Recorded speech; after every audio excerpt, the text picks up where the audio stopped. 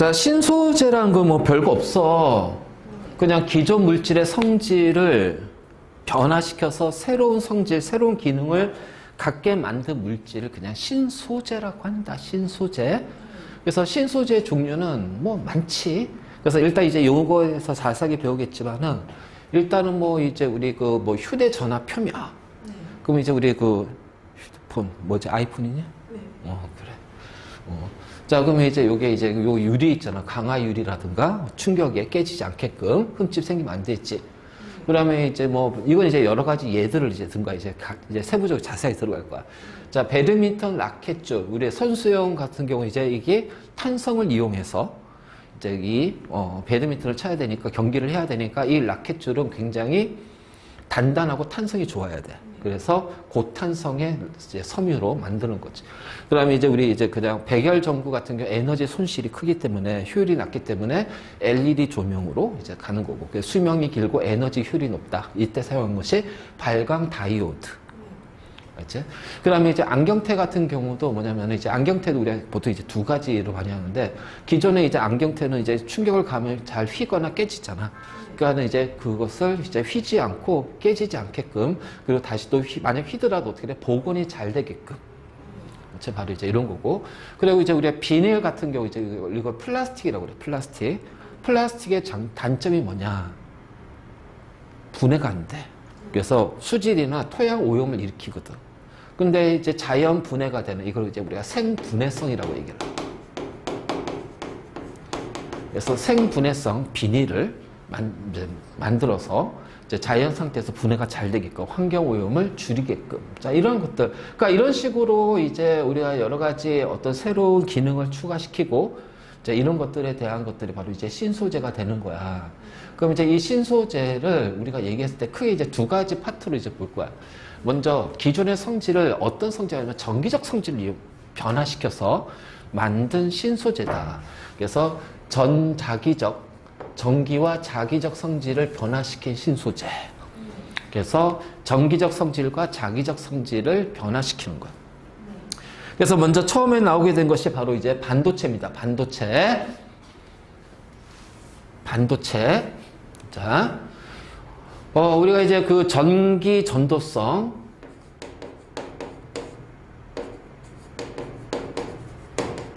자, 그거 내가 물어볼게. 자, 전기가 뭔데? 전기. 내가 항상 강조하는 게 뭐야? 그렇지. 전하야. 그럼 전기 전도성은 전하의 이동을 얘기할 거야. 그게 전기가 통하네. 전기가 흐르네. 전하가 이동한다는 거지. 그래서 전기 전도성에 가지고서 우리는 크게 도체, 부도체, 반도체. 자, 이렇게 구분할 수가 있어. 맞지? 그래서 도체, 부도체, 반도체야. 그럼 도체는 뭐냐? 전기의 흐름, 전류의 흐름을 방해하는 성질이 뭐다? 전기의 흐름을 방해하는 성질이 뭐다? 저항. 그래서 저항이 작아요. 그렇기 때문에 전기가 통한다는 얘기예요. 알지? 그래서 전기가 통하는 물질, 전류가 잘 흐르는 물질을 도체라고 하고, 자, 대부분은 금속이 요게 해당이 된다. 금속이, 자, 요게 해당이 된다. 자, 그다음 부도체는 반대로 도체가 아닌 거, 아닐 부자 써서, 자, 저항이 커. 그래서 전기가 통하지 않아요. 자, 여기는 비금속이 요게 해당이 돼요. 비금속. 자, 그럼 이제 우리가 도체, 부도체는 그냥 일반적으로 많이 알고 있는 거잖아. 근데 이제 여기에 뭐가 나오냐? 반도체라고 얘기한다. 반도체. 우리 주기율표에서 기억나니? 주기율표에서 우리가 금속, 비금속을 구분했잖아. 근데 금속, 비금속만 있나? 중금속도 있지. 바로 그 중금속에 해당하는 게 반도체야. 그러니까 얘는 있잖아. 어떤 조건에 따라서 뭐가 바뀌냐면은 저항이 변하는 거예요. 그래서 조건에 따라서 저항이 변화가 돼요. 즉 쉽게 말해서 부도체인데 온도를 올려주니까 도체 성질을 띈다. 됐지? 근데 우리 이제 여기에서 이제 요거를 할 때 좀 잘 봐야 될 게 뭐냐면은 뒤에 이제 우리가 초전도체가 나오기 때문에 자, 우리가 저항이라고 그랬잖아. 저항은 전류의 흐름을 방해하는 성질이야. 그래서 이 저항이라는 것은 자, 무엇에 반비례하고 무엇에 비례할까? 이렇게 생각해봐. 우리가 이제 그 고속도로를 도선이라고 생각해보자 말이야. 그러면 그 고속도로에 다니는 지나가는 차들을 전자라고 생각해보자. 우리가 원래 전기의 흐름, 전류의 흐름은 도선에서는 전자니까 전자를 차라고 생각해보자 말이야. 그래서 그래 뭐 서울에서 부산 가는 이제 경부고속을 탔어. 그러면 보통 이제 4차선, 3차선 나중에 2차선으로 이렇게 바뀌는데 자, 어쨌든 4차선이야. 편도 왕복은 8차선 되겠지. 그럼 이제 4차선 도로를 타고 쭉 내려가. 근데 갑자기 앞에 공사 표지판이 있으면서 차선 2개를 막아. 그러면 차선 2개가 막히면 2개 차선밖에 안 남지. 그럼 4개 차선에서 2개 차선 줄어들어. 그럼 차들의 흐름이 어떻게 되니? 정체가 일어난단 말이야. 즉 차선의 폭이, 차선 수가 줄어드니까, 즉 도선의 폭이 줄어들면, 면적이 줄어들면 어떻게 될까요? 전자의 흐름이 방해를 받아요. 그래서 도선의 단면적 S, 자, 그 S는 영어로 surface area라고 그래. 영어로 이제 우리가 surface area. 이제 자, 그래서 이거를 도선의 단면적. 그래서 이 단면적이 줄어들면 자동차의 흐름이, 전자의 흐름이 방해를 받는단 말이에요. 그럼 이제 그래서 2차선으로 줄어들었어. 근데 공사 구간이 100m야. 그 100m만 지나면 다시 잘 빠지니까 괜찮겠지. 근데 이것이 공사 구간이 1km야. 그럼 어떻게 돼? 뒤에 정체 구간이 이래서 뭐 한 1km가 정체됐다가 100m면 이제 그게 이제 계속 그 상태로 빠져나가니까 이 정체되는 게 점점 이제 천천히 정체되겠지만은 이 공사 구간이 1km야. 그럼 1km를 빠져나가니까 뒤에 차들이 계속 몰리잖아. 그 시간 동안. 그 뒤에 정체 구간은 어떻게 돼? 더 길어진다는 거야. 아, 이게 길면 어떻게 돼요? 저항은 커지는 거예요. 맞지? 그래서 바로 이제 요렇게 우리가 되고, 자, 우리 그 중2 때 배웠는데, 온도가 올라가면 열팽창이 생긴다. 그치? 입자들의 운동이 활발해지니까. 그럼 이 열팽창은 부피가 팽창하는 것도 있고 길이가 팽창하는 것도 있어요. 그럼 부피 팽창과 길이 팽창 중에 누가 더 크게 영향을 받을까? 더 크게 나타날까? 온도가 올라가면. 자, 온도가 올라가면 입자 운동이 활발해져. 자, 길이가 팽창하려면 앞뒤로 움직이는 거야. 근데 부피는 앞뒤에다가 어떻게 돼요? 위아래까지 움직여야 되겠지? 그러면은 움직임이 부피가 길이보다 어떻게 돼? 더 많아져야 되잖아. 그럼 같은 온도를 올렸을 때 입자 운동, 같은 입자 운동 하게 되면은 얘는 길이는 그냥 앞뒤만 움직이면 돼. 근데 부피는 앞뒤도 움직여야 되고 위아래도 움직여야 돼요. 같은 온도 올렸어. 그럼 누가 더 많이? 그렇지. 길이가 더 많이 늘어난단 말이야. 그치? 그러면 온도를 올리면은 요 부피, 단면적의 증가하고 S하고 L의 증가를 보면 L의 증가가 더 크단 말이야. 그러면은 저항은 어떻게 돼요? 커집니다. 그치? 그래서 도체 같은 경우는 온도에 따른 저항의 크기가 자 보통 요렇게가 그리고 나중에 이제 이렇게 되면 이게 초전도체가 되겠지. 여기가 바로 도체예요. 그렇죠? 그럼 이제 부도체는 뭐냐? 봐봐라. 온도를 올리면 반도체는 부도체에서 도체로 바뀌어. 그 온도를 올린다는 얘기는 도체가 된다는 얘기는 얘는 저항이 커지니 작아지니? 작아진다는 얘기야. 이렇게 돼요. 이게 바로 반도체. 그리고 이 반도체 모양을 갖는 것이 이런 형태를 갖는 게 뭐야? 준금속이라고 그래. 이제 그래서 규소나 저마늄, 자 이러한 것들이 요게 해당이다. 이제 바로 이제 이런 식으로 우리가 표현할 수가 있어. 그래서 먼저 전기적 성질을 이용했을 때, 전기적 도수 이용할 때 우리는 도체, 부도체, 반도체면, 자, 이 반도체가 바로 신소재가 된다는 거야. 자, 이 반도체가, 자, 신소재가 되면서, 자, 바로 요 관계. 그러니까 도체하고 반도체는 완전히 그래프 모양이 달라지지? 그러고 나서 여기가 이제 도체 같은 요게 저항이 0이 돼요. 이걸 우리가 이제 초전도라고 해요. 초전도. 초전도사. 이거 뒤에 또 나와. 여기, 요 파트 다 있어. 자, 어쨌든, 자, 요거 내 개념 잘 보고, 이거 기본 개념이니까.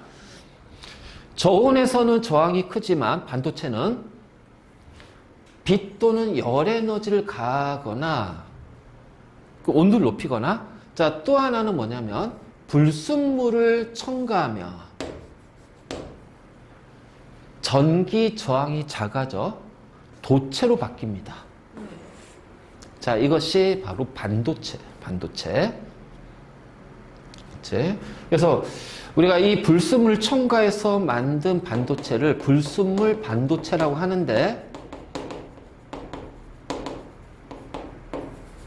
자, 이걸 이제 불순물 반도체라고 하는데, 쭉 반도체, 자, 이게 나오는데, 자, 잠깐만, 이건 좀 이제 확대시켜가지고 별도로 좀 정리 좀 하자. 아야, 확대를 어디 여기 할까? 오케이. 자, 반도체 원료가 되는 거는 중금속이야.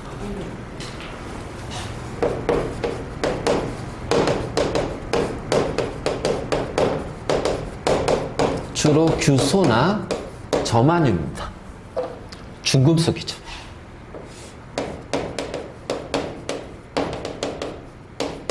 자, 특히 우리는 요 규소 또는 이거를 이제 실리콘이라고 그래.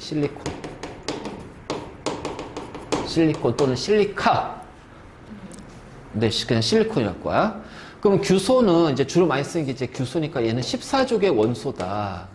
우리 앞에서 지각 구성 물질 할 때 규소 했잖아. 그래서 얘는 결합선이 몇 개야? 4개란 얘기예요. 체외각 전자가 4개예요.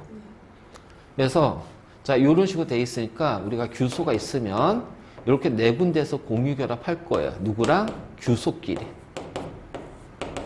자, 이런 식으로 되어 있을 거예요.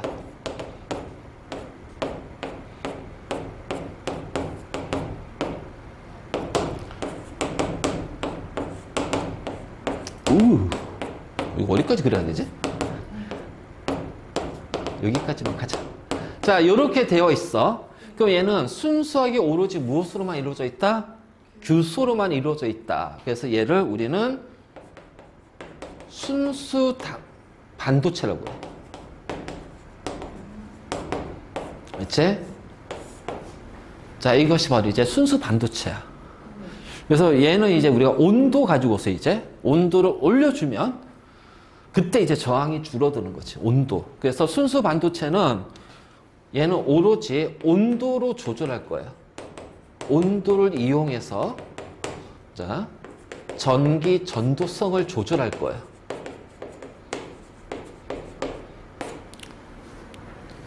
귀찮지? 비용이 많이 들겠지? 그래서 실생활에 우리가 쓰려면은 자, 뭘 할 거냐? 불순물 반도체를 만들 거야. 그래서 두 번째 이제 우리가 불순물 반도체라고 그래.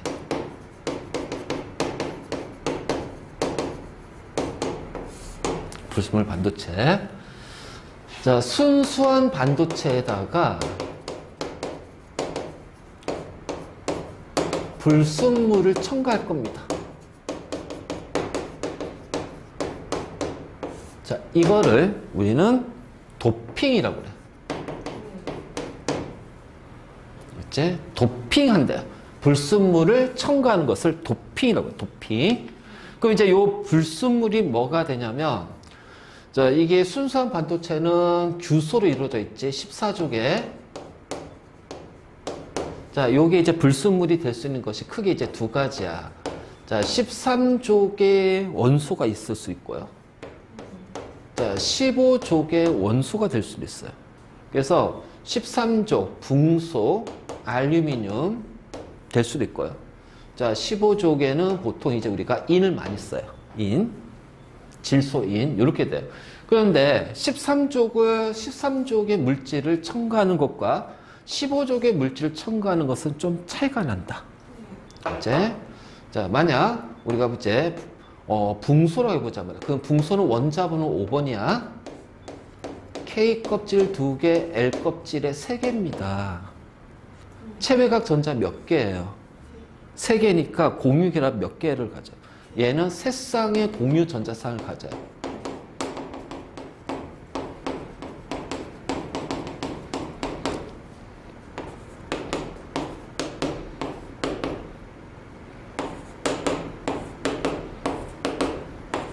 지금 이거 그리지 마. 자, 이게 지금 순수 반도체지?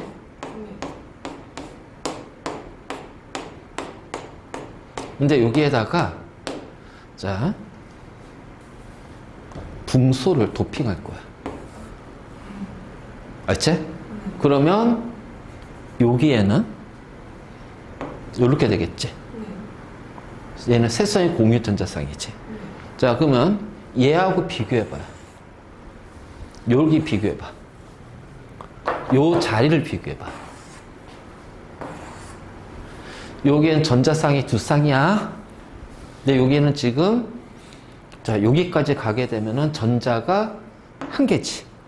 그러니까 여기는 전자가 1개인데 여기는 전자가 몇 개야? 2개지. 그러면 요 자리에 지금 어떻게 되냐? 1개의 전자가 부족하게 돼. 그러니까 순수 반도체에서 13족의 붕소를 도핑시켰더니 전자가 1개가 부족하게 돼. 자, 그럼 어떻게 돼요? 플러스 전하를 띠겠죠. 그러면 이 반도체는 플러스를 띠는 반도체가 될 거야. 자, 우리가 플러스 마이너스 할 때 플러스를 영어로 뭐라고 그래? 파저티브. 마이너스는 네거티브. 그래서 플러스 전하를 띄고 있기 때문에 얘를 파저티브, 자, P형 반도체라고 부른다. P형 반도체. 그치? 자, 그러면 요 자리, 요 파트는, 자, 어떻게 돼요? 전자가 부족하니까 여기가 플러스가 되겠지? 그래서 플러스를 갖는 이 부분을 뭐라고 하냐면은 양공이라고 불러. 알겠지? 양공. 양봉이 아니라 양공. 자, 양공이라고 부른다. 자, 이게 바로 이제 이렇게 나올 거야.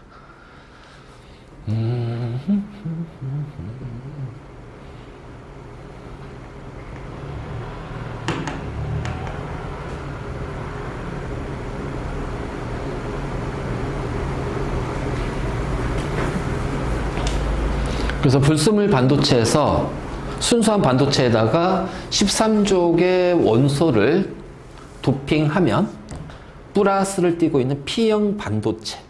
그래서 P형은 플러스를 뜻하니까 그 플러스 자리가 바로 양공이라고 해요. 양공. 그래서 이 P형 반도체는 양공이 그 안에 존재하게 돼요. 자, 이번에는 자, 15번의 인을 한번 도핑해 볼게요. 자, 얘는 K 껍질 2개, L 껍질 8개, M 껍질에 5개입니다.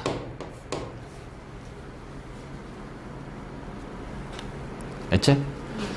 그래서 요 15족은 이는 체외각 전자가 몇 개야? 5개니까 한 쌍, 두 쌍, 세 쌍. 일단 전자 3개 부족하니까, 그치? 세 쌍의 공유 전자쌍을 가질 거야. 그리고 여기에 비공유 전자쌍 한 쌍이 와. 알겠지? 바로 이제 요렇게 우리가 표현하면은,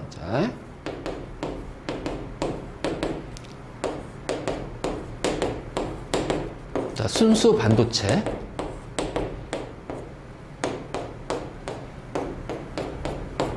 뚜뚜뚜뚜뚜뚜뚜뚜. 요 자리에서 여기에 이제 뭐가 들어가냐면 인이 들어갈 거야. 불순물 도핑시켰어. 그럼 얘는 결합선 하나, 둘, 세 개 만들었지.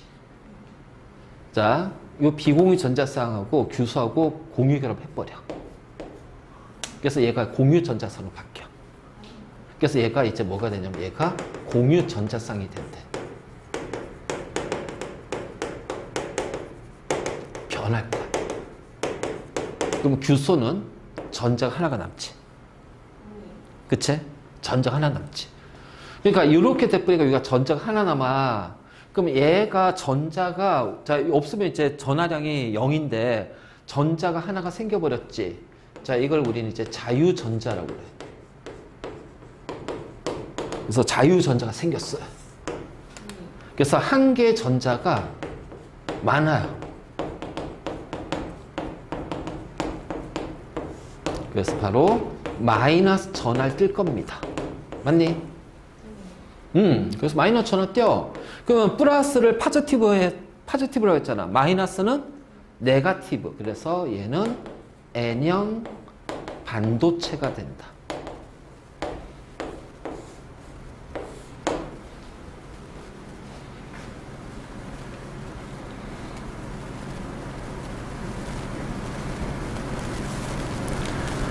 반도체라는 거는, 자, 부도체에서 조건을 변화시켰더니 도체가 돼. 근데 그 조건의 변화가 온도가 될 수도 있고 불순물이 될 수도 있어요. 그 온도에 의해서 이제 전기 저항을 조절하는 거는 순수 반도체. 근데 저 온도를 이용해야 되니까 비용이 많이 들고 효율도 낮고 경제성이 떨어져. 귀찮기도 하고. 그래서 여기에다가 불순물을 첨가해서 자, P형과 N형의 형태를 띠게 되면 얘네들 온도를 조절하지 않아도 얘네들 이용해서 전기의 흐름을 우리가 얼마든지 조절할 수가 있다는 거야. 와우. 자, 그래서 우리 불순물 반도체는 P형 플러스 양공을 가지고, 그래서 P형은 뭘 가지고 있다? 양공. N형 파지티브 N형 반도체 뭘 가지고 있다? 자유전자. 그래서 얘가 바로 플러스를 띄고 있고 얘가 마이너스 띄고 있는 거야. 바로 이제 이렇게 될 겁니다. 그러면 이걸 가지고서 이제 우리가 실생활에 이제 어떻게 이용하냐? 제일 많이 이용하는 것이 이제 다이오드.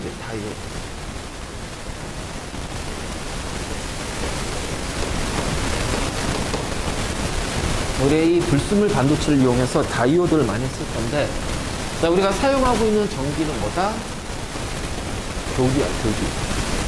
AC. 얼터너티브. 그러니까 플러스 마이너스의 극이 계속 바뀌어. 그래서 교류인데 이 다이오드는 교류를 뭘로 바꾸냐면은 직류로 바꾸는 신소재, 반도체를 만든 거야. 그래서 다이렉트 커런트, 직류인데,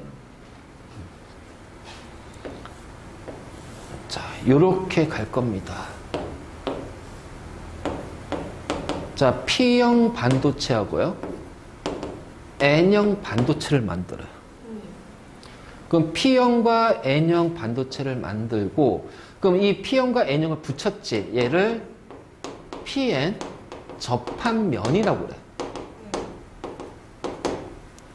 PN 접합면. 그래서 이렇게 이제 P형하고 N형을 만들었다면, 여기에는 뭐가 있냐면 양공이 있고요, 여기에는 자유전자가 있어. 자, 이렇게 P형과 N형을 접합시켰을 때 우리는 이걸 다이오드라고 그래. 그러면 이제 이 상태에서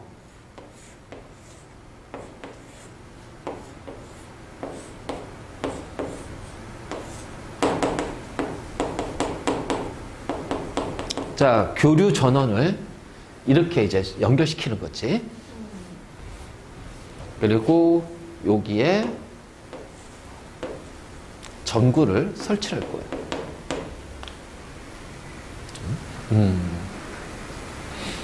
그러면 교류는 전류의 흐름이 왔다 갔다 바뀌는 거야. 알지? 그래서 전류가, 자, 요렇게 전류가 흐른대요. 그럼 실제 전자는 어느 쪽으로 움직이니? 이렇게 전자가 이동할 거야. 알지? 자, 이렇게 이동할 거야. 그러면 우리가 전류가 이렇게 흐르지만 전자는 반대로 이렇게 넘어갈 거야. 그래서 전자가 요렇게 갈 겁니다. 근데 N형이니까 여기 전자들이 많죠? 전자가 뭐가 생겨요?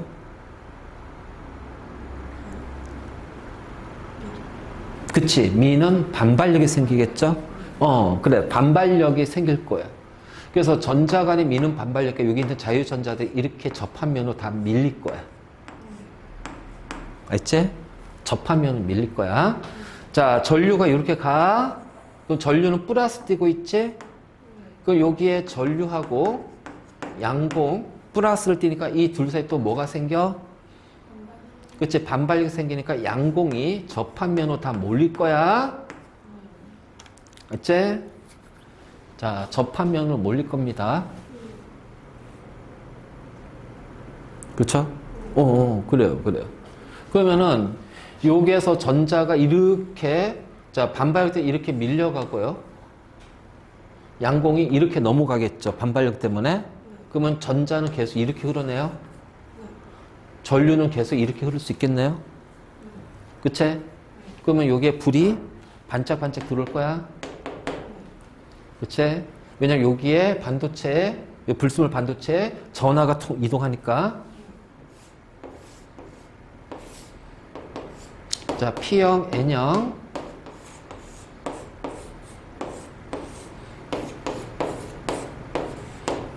자, 이번에는 이쪽으로 전류가 흐른대요. 그럼 이쪽으로 전자가 가겠지. 그러면 전자가 이렇게 가잖아. 자, 여기에는 뭐가 있다고? 양공. 그러면 전자하고 양공 사이에는 뭐가 나타나? 인력이 나타납니다. 그러면은 양공이 일로 끌려가요. 자, 전류가 이렇게 넘어가겠죠? 자, N형에는 뭐가 있다? 자유전자가 있어.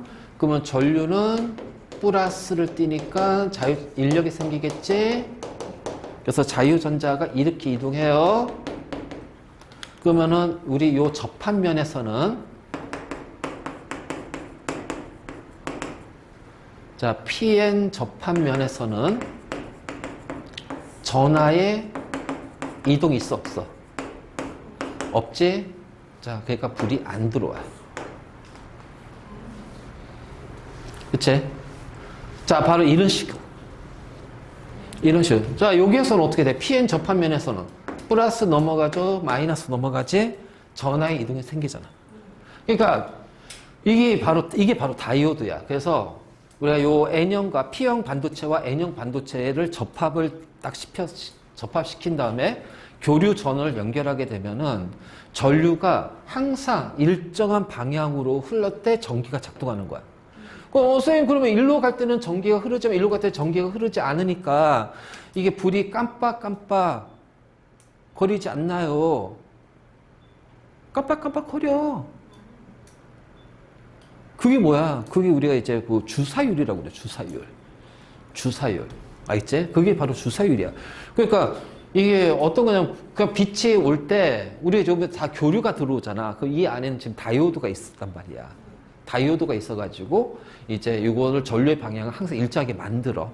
그러면은, 일로 갈 때는 전기가 흐르다가, 일로 갈 때 전기가 흐르지 않지. 그럼 불이 켜졌다가 꺼지고, 켜졌다 꺼지는데, 이거를 1초에 60번 반복하면 60Hz라고 그래. 90번 반복하면 90Hz고요. 120번이 1초 동안 반복하면 120Hz라고 그래. 그래서 우리가 그 휴대폰 있잖아. 스마트폰. 봤을 때, 그냥 보면은 상관없지만, 이거를 우리가 이제 뭐, 동영상으로 찍으면은, 뭐, TV 모니터라든가, 아니면 이제 컴퓨터 뭐, 모니터라든가, 우리 핸드폰 모니터 보면 어떻게 보이니? 깜빡깜빡, 뭔가 막 줄이 쳐지면서 막 이런 거. 자, 그게 바로 우리가 주사율이라고.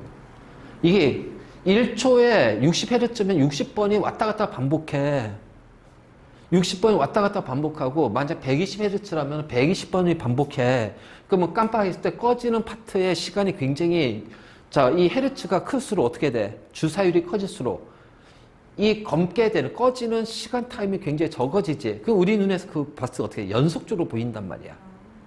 그래서 우리가 휴대폰을 봤을 때 또는 태블릿이라든가 어떤 디스플레이를 봤을 때 이 주사율이 왜 중요하냐. 주사율이 높을수록 우리 눈에서 검게 보이는 그 순간의 찰나의 시간이 굉장히 짧아지기 때문에 우리 눈으로는 비슷한 그것을 연속적으로 보니까 화면이 어떻게 돼요? 스무스하게, 끊긴 것이 아니라 스무스하게, 그래서 눈의 피로가 덜하게 들어오는 거야. 알지? 그래서 그거 있잖아요. 휴대폰 요즘 나온 거 주사율 막 120Hz짜리 막 이렇게 나온단 말이에요. 좀 싼 거는 막 60Hz, 90Hz 막 이런. 그래서 막 그 스펙 보면은 자, 태블릿이나 핸드폰 보면 주사율이 나와. 한번 봐봐. 바로 그 뜻이야. 그 우리가 다 다이오드를 쓰기 때문에 그래. 바로 이렇게 되고. 그러니까 교류라는 것은 뭐냐? 자, 이게 전압이 플러스 마이너스 하면은 자, 이렇게 될 겁니다. 그렇죠? 왜냐 전류의 방향이 바뀌니까. 자, 이게 보조예요. 근데 우리가 다이오드를 쓰게 되면은 여기에선 전류가 흐르지 않잖아요. 이렇게 돼. 이런 식으로. 그래서 다이오드 같은 게 이런 식으로 돼버려요. 자, 이해됐네.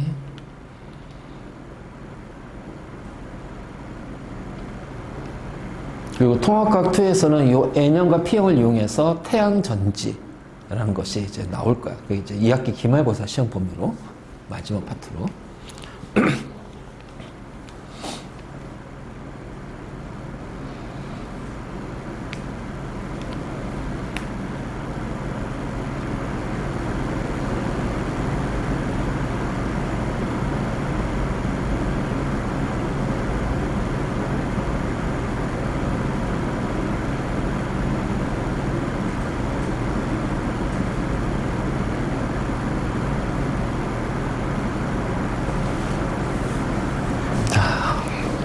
이해됐어?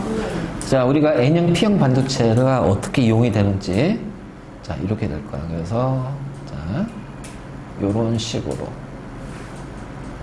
그래서 반도체. 자, 반도체를 이용해서 다이오드. 그래서 이제 공급되는 교류를 직류로 바꾸는 거고요. 자, 트랜지스터라는 것이 있어. 트랜지스터는 뭐냐면은, 이게 불순물 반도체를 3개를 연결시키는 거야. 3개를. 그래서 뭐 PNP 또는 NPN 이렇게 해가지고서 얘는 이제 신호를 증폭시키는 역할을 하는 거고, 그래서 이거 가지고서 이용해서 뭐 이제 우리 CPU 직접 회로 만들 수도 있고요. 그 다음에 자, 이것이 이제 그 다이오드 이제 그 반도체 쪽에 N형 P형 있잖아. 그치? 거기에 그 N형 P형 반도체에다가 이제 전류가 흐르면 빛을 방출하는 물질을 집어넣어줘요. 물질을 같이 넣어줘. 그러면 이제 그 반도체에서 이제 이게 전기가 흐를 때 어떻게 해? 빛이 내. 그걸 발광 다이오드, LED라고 그래. 알지? 거기에다가 그 물질이 유기물이면은 OLED라고 그래. 다 들어봤지? 이게 올가닉이라는 뜻이야. 유기 발광 다이오드, OLED. 바로 이제 이런 것들. 그 다음에 태양전지. 아, 이것도 이제 우리 배울 거야. 태양전지. 그래서 태양전지는 어떤 식으로 하냐면 이렇게 여기가 N형, 자 N형하고 자 P형이에요. 그럼 여기가 이제 PN 접합체가 되겠지. 그리고 여기가 이제 뭐냐면 전지니까 전극이에요. 전극. 자 여기 이제 구멍을 좀 뚫어놓고 이렇게 구멍을 좀 뚫어놓고 이렇게 구멍을 뚫어놔. 자 여기 구멍 뚫어놓지 않고. 자, 태양빛이 비출 거야.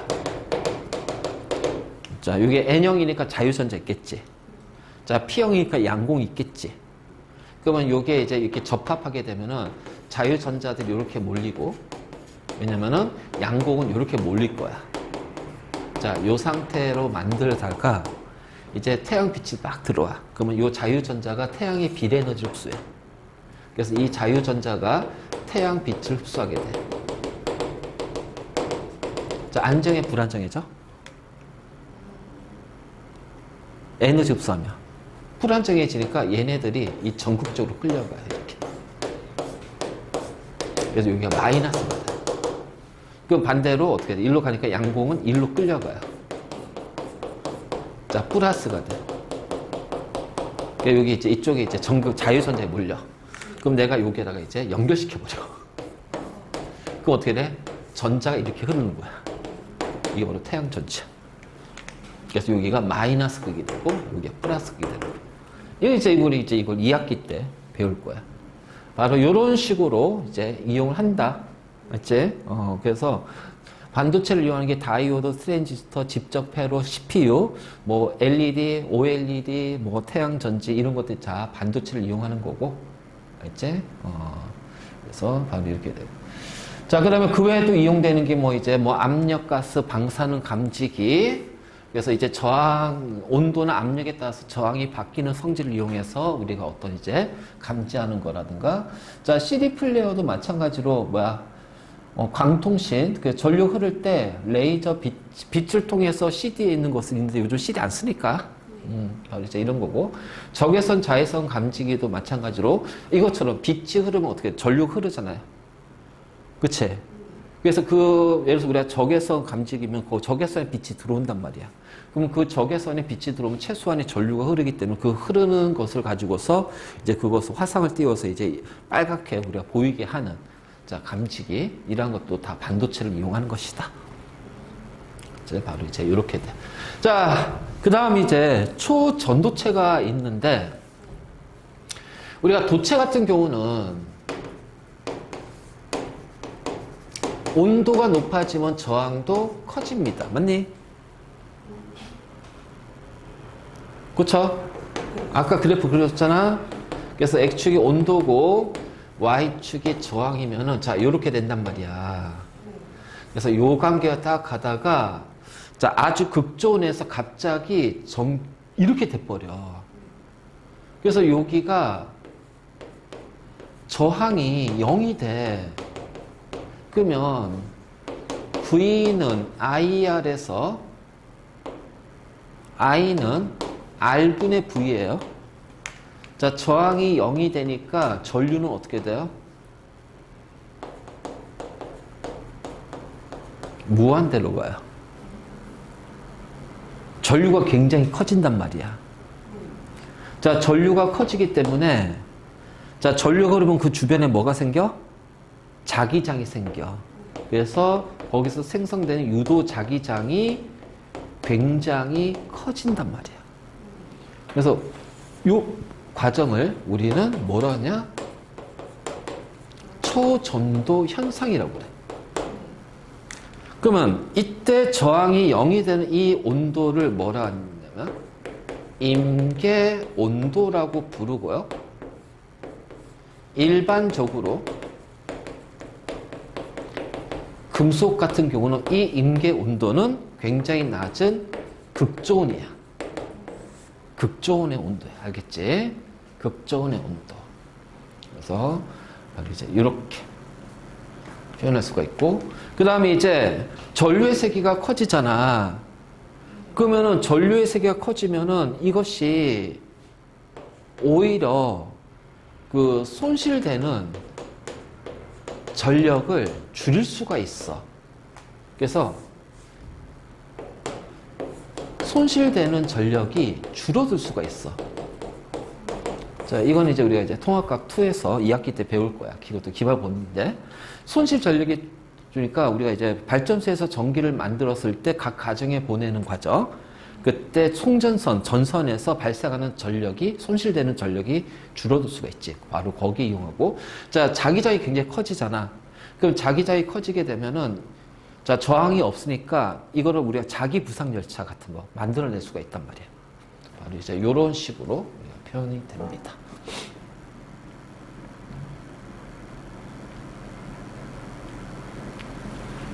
자, 이게 바로 초전도체야, 초전도체. 근데 이제 중요한 건 이제 일반적인 금속은 이것이 임계 온도가 뭐야? 극저온이라고 그랬지? 그럼 뭐 우리가 이걸 이용해서 이제 뭐 큰 자기연 초전도 현상이고 요걸 이용해서 유도 자기장이 굉장히 크다. 그래서 뭐 자기 부상 열차라든가 이런 거에 이용하기도 하고, 그 다음에 MRI, 핵 자기 공명 장치 다쳤을 때, 그래서 이제 이거 자기장을 이용해서 우리 원자, 세포에 있는 원자, 모든 사람도 다 원자로 이루어져 있잖아. 그러면 그 원자 수준에서 이제 흔들림을 만들어서 자기장에서 이제 그래서 우리 몸에서 어떤 아주 작은 미세한 손상이라든가 이런 것도 우리가 다 볼 수 있는 거야. 자, 이런 건데 중요한 거는 뭐냐? 이 인계온도가 극저온이야. 실생활에 써먹기 힘들어요. 그래서 초전도체라는 거는 도체는 다 초전도체가 돼. 근데 그 온도가 워낙 극저온이기 때문에 우리는 이 온도를 올리는 거지. 왜냐면 이제 실생활에 쓰려면 어떻게 돼? 이 온도를 올리는 수밖에 없어. 그래서 온도를 계속해서 올리고 여러 가지 초전도 합금을 만들어. 그래서 이제 작년인가 올 초인가 한번 난리 난 적이 있다. 이게 상온에서 초전도 현상을 감지는 상온 초전도체를 우리나라에서 만들었다. 발표가 난 거야. 아무도 안 믿었지. 몇 명 빼고. 그래서 증명하겠다. 올 4월까지. 증명이 안 됐어, 아직. 모르겠다. 이거 되면은 대박인데. 우리 공부 안 해도 돼. 우리는 그거 하나로 먹고 살 수가 있어, 우리나라. 어쨌든, 그래. 그래서 지금은 이 임기온도를 올리는, 쪽에 많이 포커스를 맞추고 있다. 그래서 점점 올라가고 있어요. 바로 이제 이런 거고요. 자, 그 다음에, 자, 여기서 이제 중요한 건 뭐냐면은, 자석이에, 여기 자석이야. 자, 여기 초전도체를 놓으면 이 초전도체 안에는 자기장이 없어. 그래서 여기가 자기장이 밖으로 나온대요. 자, 이 자석에 여기가 N극이라면 이렇게 나오겠죠.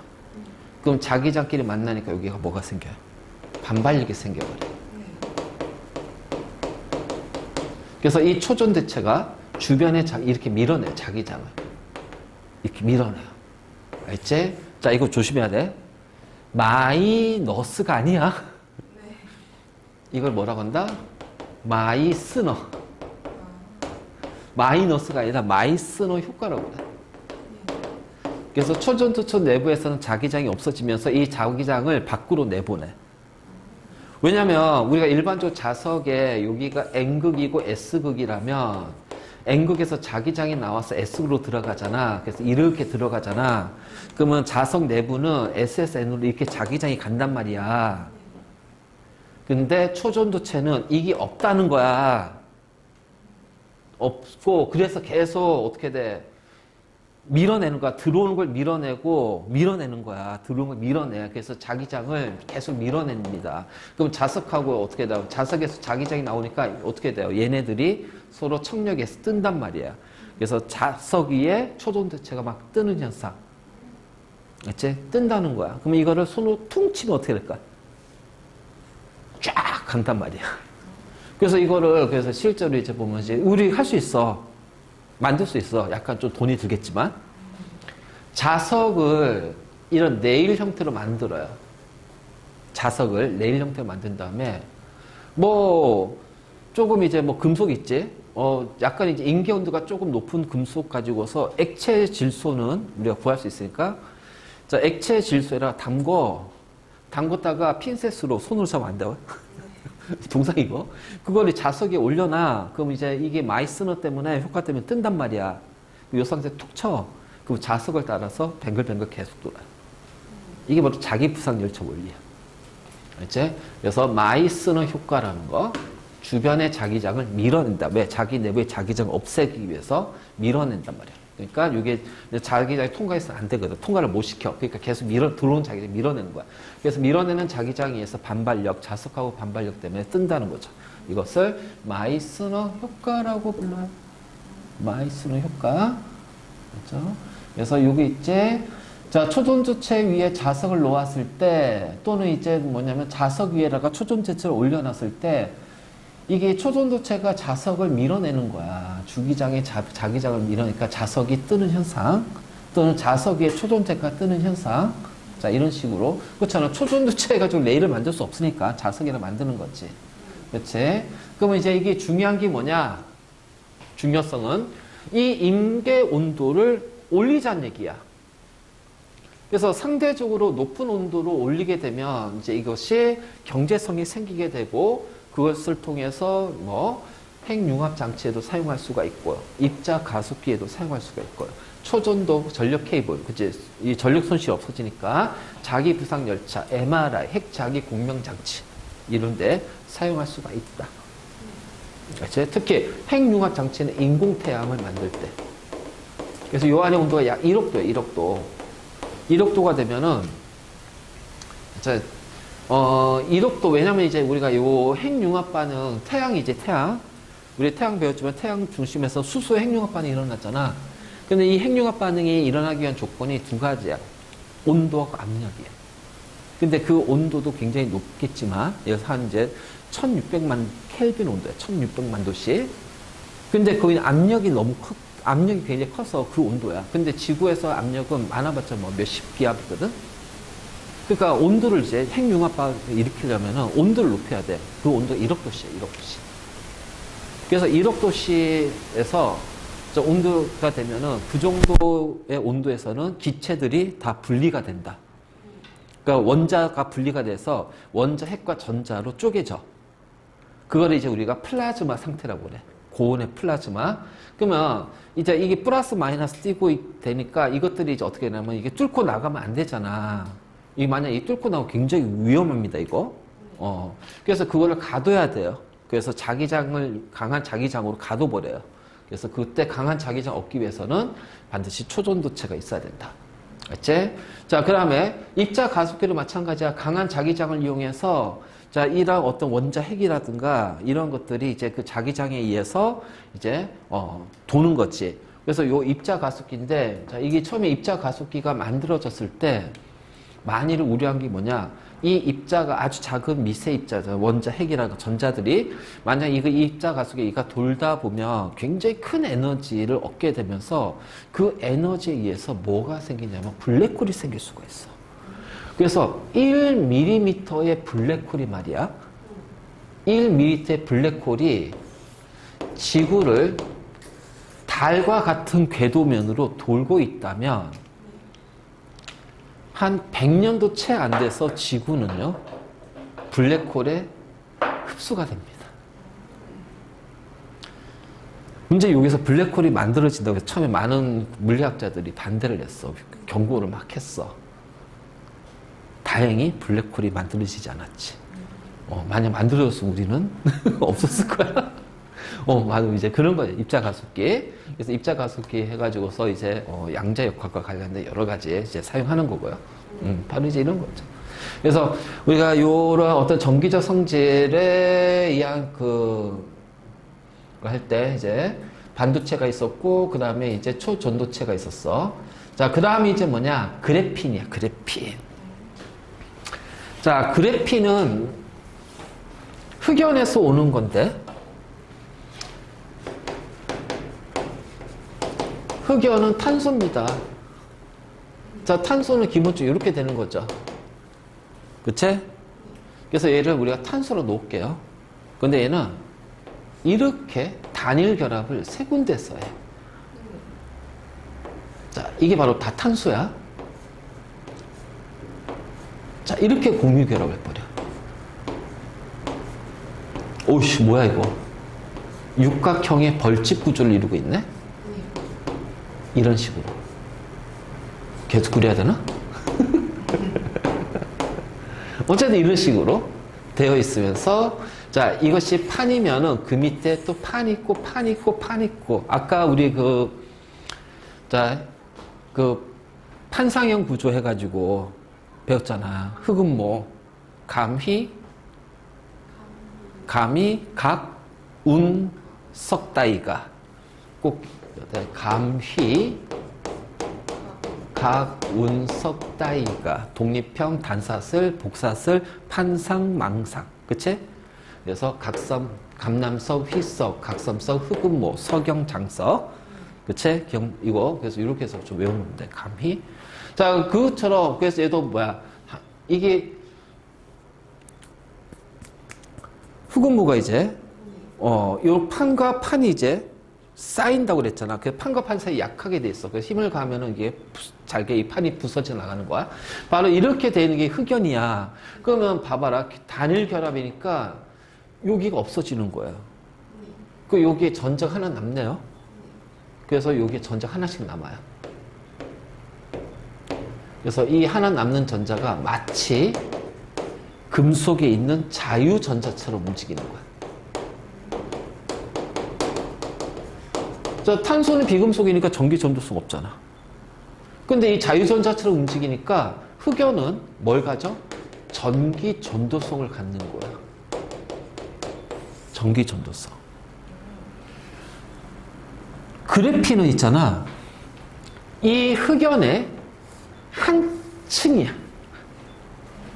요 한 개 판이야.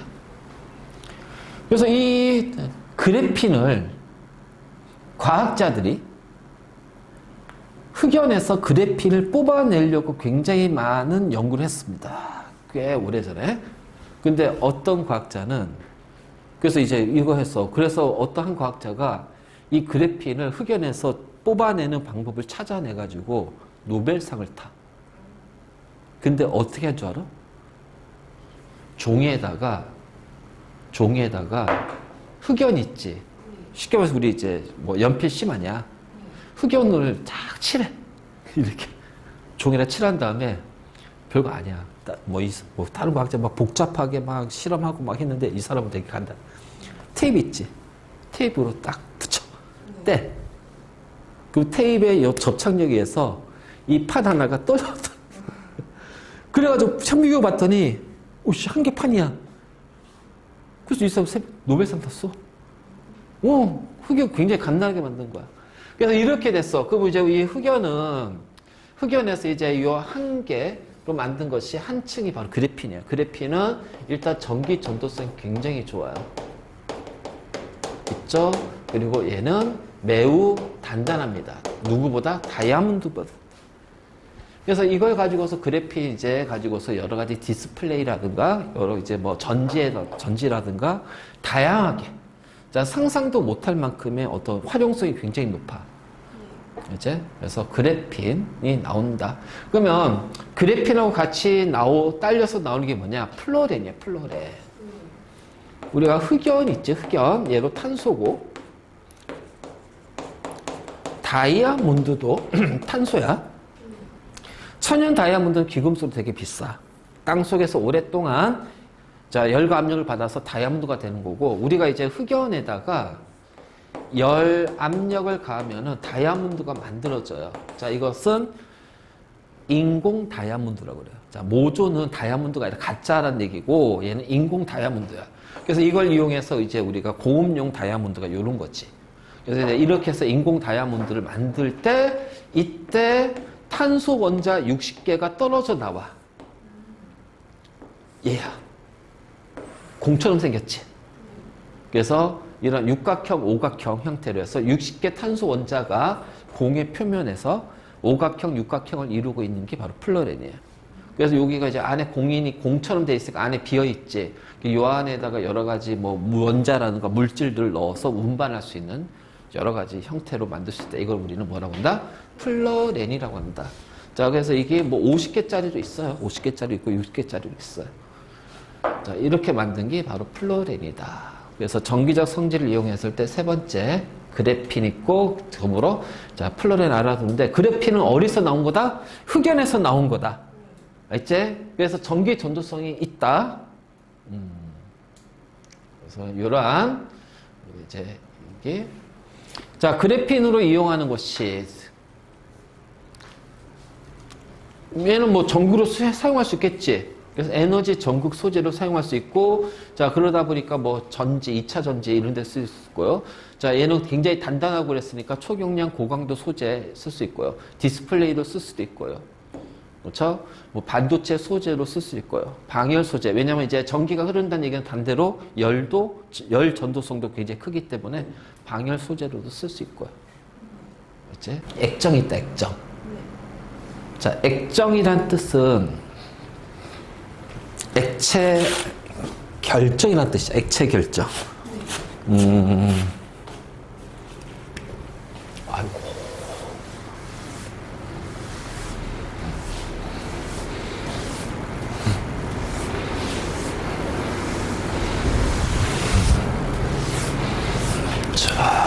이게 이제 어떤 거냐면은,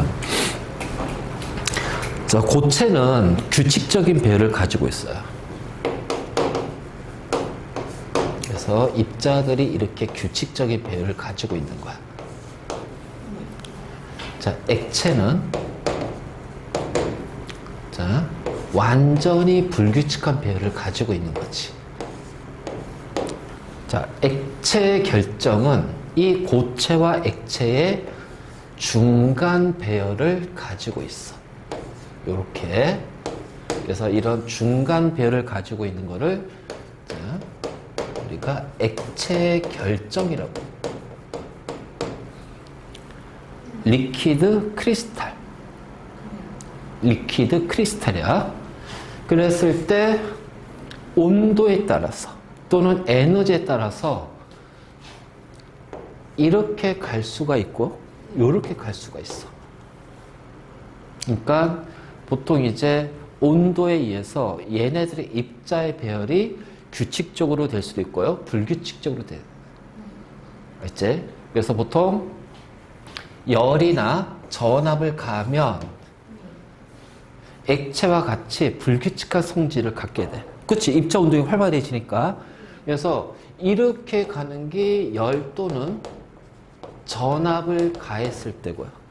그럼 열이나 전압을 가하지 않을 때는 자, 어떻게 돼? 이런 이제 요런 식으로 바뀌겠지. 그치? 바로 이제 요걸 자, 이런 식으로 해서 이제 우리가 요거를 이제 한 거야. 바로 이제 요렇게 되는데, 자, 이걸 이제 우리가 실제로 많이 하는 게 이제 액정 화면이라고 그래가지고 리퀴드 크리스탈 디스플레이 LCD라고 그래. LCD. 이제 LCD 바로 이제 이렇게 얘기하는데, 자, 이게 광원이라는 것이 있어. 광원은 빛을 방출하는 뭐야?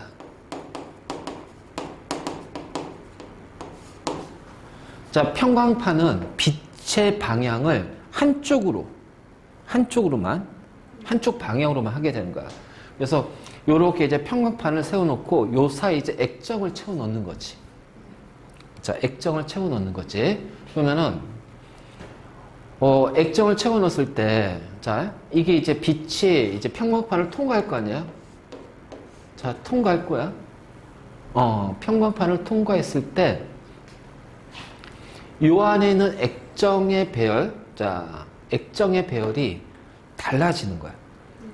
그러니까 우리가 이제 딱 그 디스플레이 할 때 우리 이제 보통 계산기 생각하면 계산기에서 내가 1이라는 숫자를 딱 눌러? 그러면은 그 1이라는 숫자가 딱 나오면서 어떻게 돼? 검게 된다는 거야. 자, 검게 되는 부분은 빛이 통과하니 통과 못하니. 그치? 통과를 못하잖아. 그러니까 빛이 통과 못하니까 어둡게 보이는 거지. 그치? 바로 이제 이런 식이야. 그래서 지금 이제 여기가 봐봐. 빛이 여기 통과하죠? 자, 빛이 통과하면서 자, 지금 이렇게 되는데 얘는 자 봐. 여기 세로도 돼 있어. 자, 세로도 돼 있는 빛은 여기를 할 때 그냥 그대로 세로로 가. 그치? 근데 자, 이렇게 세로 형태로 오는 빛인데 여기를 통과할 때는 어떻게 돼? 자, 요렇게 가로 형태의 빛이 통과할 수 있겠지. 자, 이게 어떤 거냐면은 자, 요 상태로 이제 요 상태로 액정이 요렇게 돼 있다고 해보잔 말이야. 요 상태로. 그러면은 자, 여기가 규칙적인 배열을 갖게 되면 그냥 그 빛이 그대로 통과될 겁니다. 알죠? 그 빛이 통과되는데 얘가 자, 여기를 이렇게 해서 이제 편광판이 이렇게 됐어요. 그러면은 요 상태로 된 빛이 통과할 거야. 근데 이번에 편광판은 이렇게 돼. 자, 이렇게 된 편광판이야. 그러면은 자, 이렇게 된 편광판은 얘는 통과를 못 해. 자, 그런데 이번에는 어떻게 하냐면은 여기가 전류를 흘려줘. 그러면은 불규칙하게 될 거야. 전압을 걸어주면. 그럼 이제 이런 불규칙한 배열을 갖다 보니까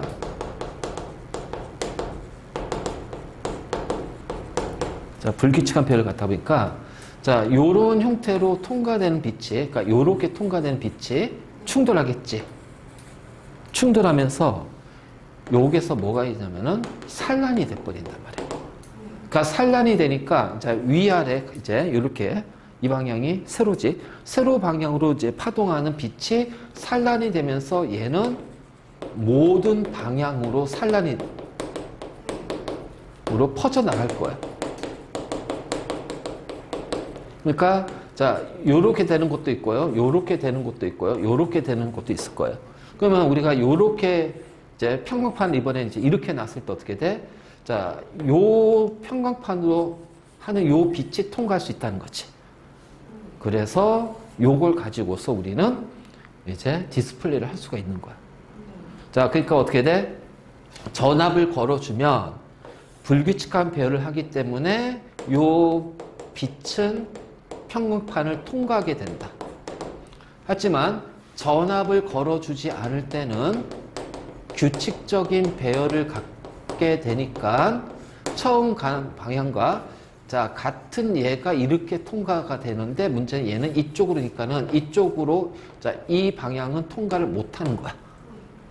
그래서 규칙적인 배열을 하니까 빛이 통과를 뒤에 이제 요 평광판을 통과를 못 해.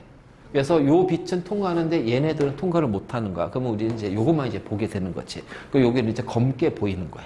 검게 보이는 거고, 그랬을 때 여기를 적절하게 조절하게 되면서 자, 이 평광판의 위치를 조금씩 적절하게 바꾸게 되면 그 각각의 색깔 있잖아. 그래서 빨간색은 이렇게, 뭐 파란색은 이런 식으로 이제 이렇게 이제 있을 거야. 그래서 특정 색만 통과할 수 있게끔 이제 하는 거지. 맞지? 그리고 자, 이게 지금 무슨 색이야? 빨초파잖아. 이게 바로 뭐야? 빛의 삼원색이잖아. 그래서 이 빛에 빠져나올 빛을 조합시켜가지고, 우리가 보통 이제 그 컬러 디스플레이 같은 경우, 그전에는 이제 흑백만 했다가, 계산기는 흑백이잖아.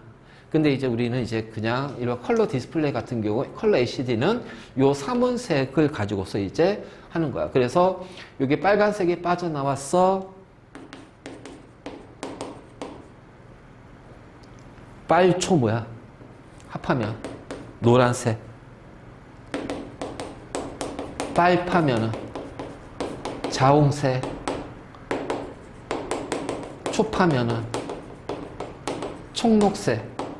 그래서 이러한 것들의 조합에 의해서 여러 가지 색을, 그러니까 이제 여기 빨간색 나오고 여기에 전압 걸어주면은 자, 파란색이 나올 거야. 그럼 두 빛이 합하면 우리 눈에는 무슨 색으로 보여? 자홍색으로 보일 거란 말이야. 바로 이런 식으로. 자, 여기 이제 전압의 세기를 조절해서 이번에는 뭐야? 초록색의 빛이 나오고 파란색의 빛이 통과할 수 있게끔 만들어. 얘는 통과를 못해. 여기는 이제 전압을 걸어준 게 아니겠지. 여기만 전압을 걸어준 거야. 그러면 이제 초록색하고 파란색이 빠져나오면 우리 눈으로는 뭐야? 청록색의 빛이 보일 거란 얘기야. 자, 이런 식으로 해서 우리가 컬러 디스플레이를 이런 식으로 맞춰서 조절할 수가 있다. 자, 이게 바로 이제 LCD고, 그래서 LCD는 단점이 뭐냐? 전력 소모가 적고 얇게 만들 수 있고요. 다양하게 이제 휴대하기 편하죠. 근데 액정 자체가 빛을 방출한 건 아니야. 반드시 뭐가 있어야 돼? 광원이 있어야 돼. 광원이 있어야 되고, 그래서 광원이 반드시 필요하고, 그렇지? 그러면 이제 이 광원이 없이 하려면 여기에다가 뭐 유기 발광 다이오드를 설치하게 되면서 거기서 빛이 나오겠지. 자, 이런 식으로 해서 그래서 이제 우리가 OLED 디스플레이 이런 것들이 이제 나오게 되는 거죠. 알지? 그래서 컴퓨터, 텔레비전, 휴대전화, 전자계산기, 시계, 온도계, 화면, 어쨌든 디스플레이에는 전부 다 LCD가 쓰인다. 자, 이것이 바로 이제 액체 결정, 액정에 대한 거다. 자, 그 다음에 이제 마지막으로 이제 자석이 있는데 네오디뮴 자석이라는 것이 있어. 뒤에 우리 이제 자성에 대해서 이제 뭐 강자성체, 상자성체, 반자성체를 얘기하겠지만은 철은 굉장히 자성이 강한 거야. 자, 여기에다가 네오디뮴 원소하고 붕소를 첨가해서 만들어요. 그래서 매우 강력한 자석이야. 굉장히 강한 자석이야. 그치? 근데 이게 이제 약간의 단점이 있어.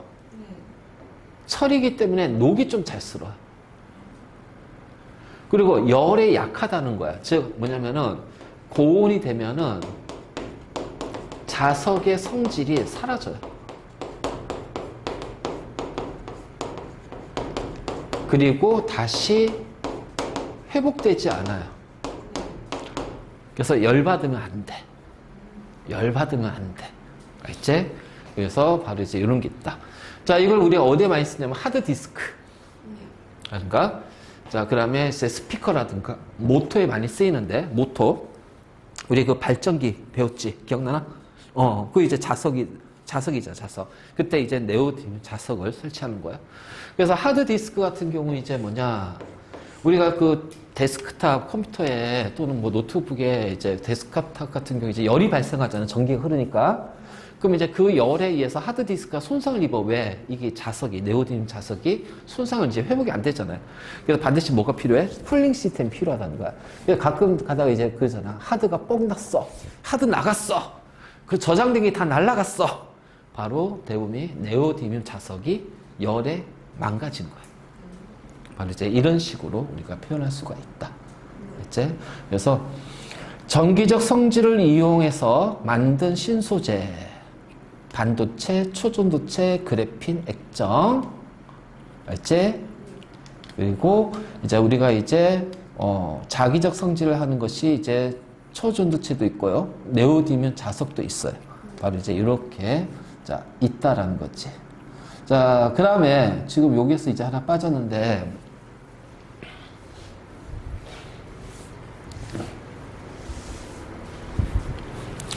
자, 전기적 성질도 있지만은 전류 흐르면 주변에 뭐가 흘러? 자기적 성질도 있어. 그래서 우리가 그 자기적 성질에 의해서 물질을 구분할 때 강자성체, 상자성체,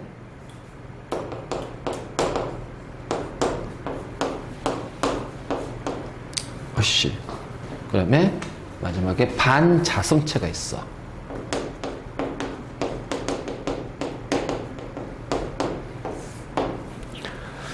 구분하는 거는 굉장히 간단하다. 자석에 붙어요. 그리고 그 자신이 뭐도 돼요? 자석이 된대요. 철, 니켈 같은 것이 강자성체.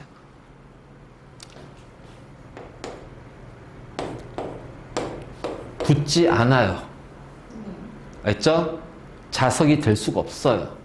그래서 대부분의 비금속이 요게 해당이 되고, 자, 또 하나, 알루미늄. 상자성체야. 알루미늄 상자성체야. 이게, 그래가지고, 보통 이제, 그래서 뭐냐면은, 이거야, 우리가 이제 자동차 부품 같은 경우는 이제 쇠로 된 것도 있고, 알루미늄 합금으로 된 것도 있어.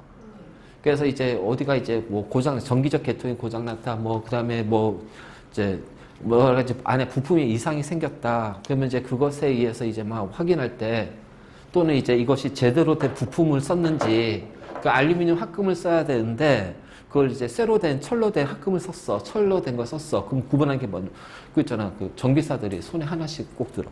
그 자석을 들고. 그래서 이렇게 툭툭 쳐. 딱딱 붙으면, 아, 이거 철이네. 쇠네.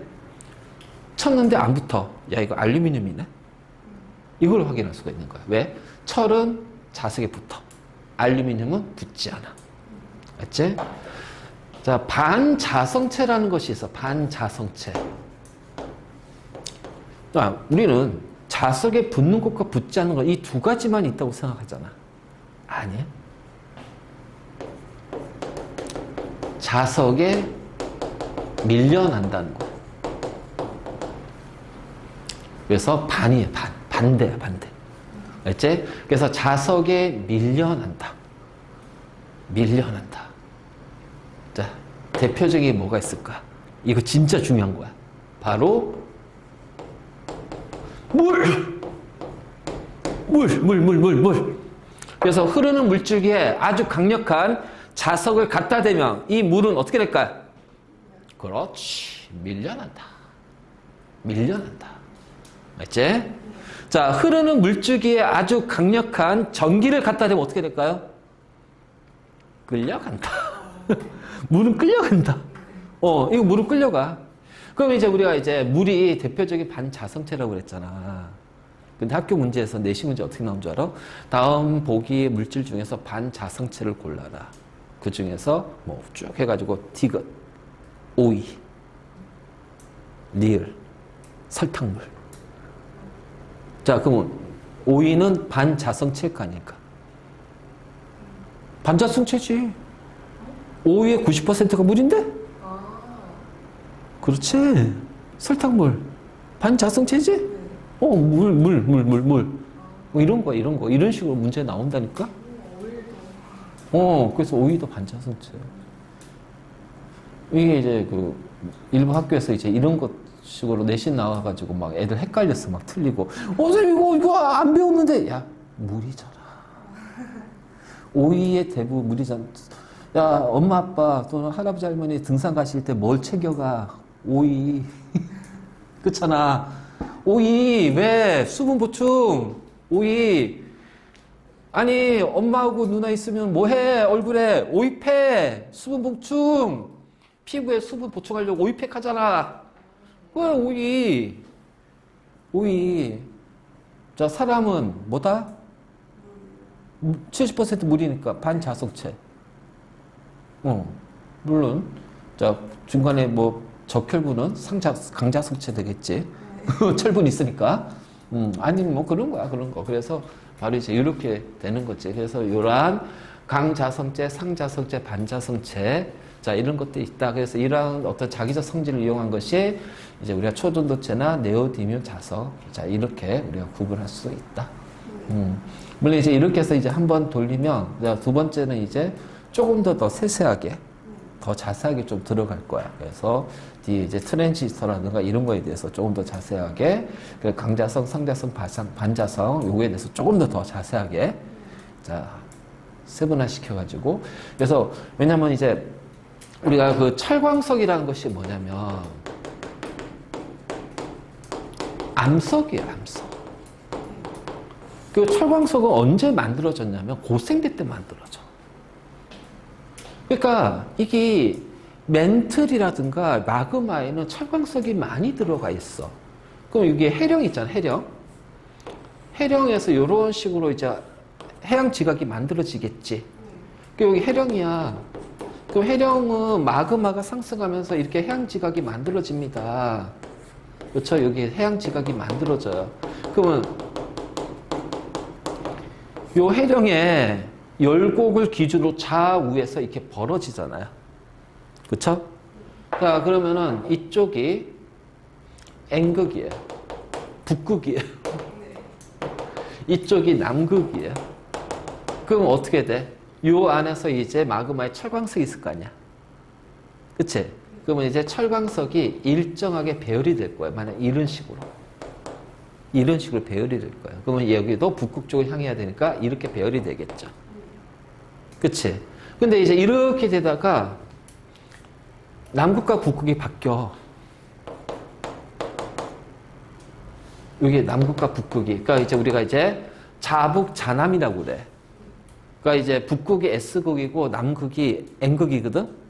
근데 이것이 이제 바뀌는 거야. 그러면 이제 얘네 방향이 그 다음에, 그러면 얘는 이제 이렇게 생기겠지. 밀려가니까. 그러고 나서 여기서 생성되게 바뀌었어. 그럼 어떻게 돼? 이번에 반대 방향으로 배열한단 말이에요. 그러면은 얘를 체력축을 중심으로 어떻게 돼? 요 모양을 보는 거예요. 아, 뭐야 이거? 철광석의 배열이, 철의 배열이 바뀌었네? 여기와 여기가 뭐가 생긴 거야? 이게 우리 지구의 극이, N극, S극이 뒤바뀐 거야. 알지? 그래서 그것을 우리가 지구 자극이라고 그래. 그래서 그 옛날에 만들어진 지구 자극의 방향을 바뀔 수 있고, 그것이 어떻게 돼? 역전이 된 거야. 그래서 그 지작이 역전이라고 하고, 그래서 이걸 이용해 가지고서 자, 해양적 확장설, 뭐 멘틀, 대류설, 막 이런 거 확인할 수 있고, 그다음에 이제 이게 좀 움직이니까, 그러니까 얘가 이렇게 가리키는 방향이 N극이잖아, 북극 쪽 아니야. 근데 얘가 이만큼 요렇게 이동, 자, 처음에 이제 여기서 생기겠죠. 요렇게 되겠죠. 그러면 이 당시가 예를 들어서 막 한 1억 년 전이래. 그럼 1억 년 전에는 여기가 북극이었어. 근데 이게 이제 대륙이 이동하면서 여기 지각이 이렇게 이동할 거 아니야. 그래서 현재 여기에 와 있대. 그러면 그때 이제 현재 여기지. 근데 얘는 변해 안 변해? 안 변하잖아.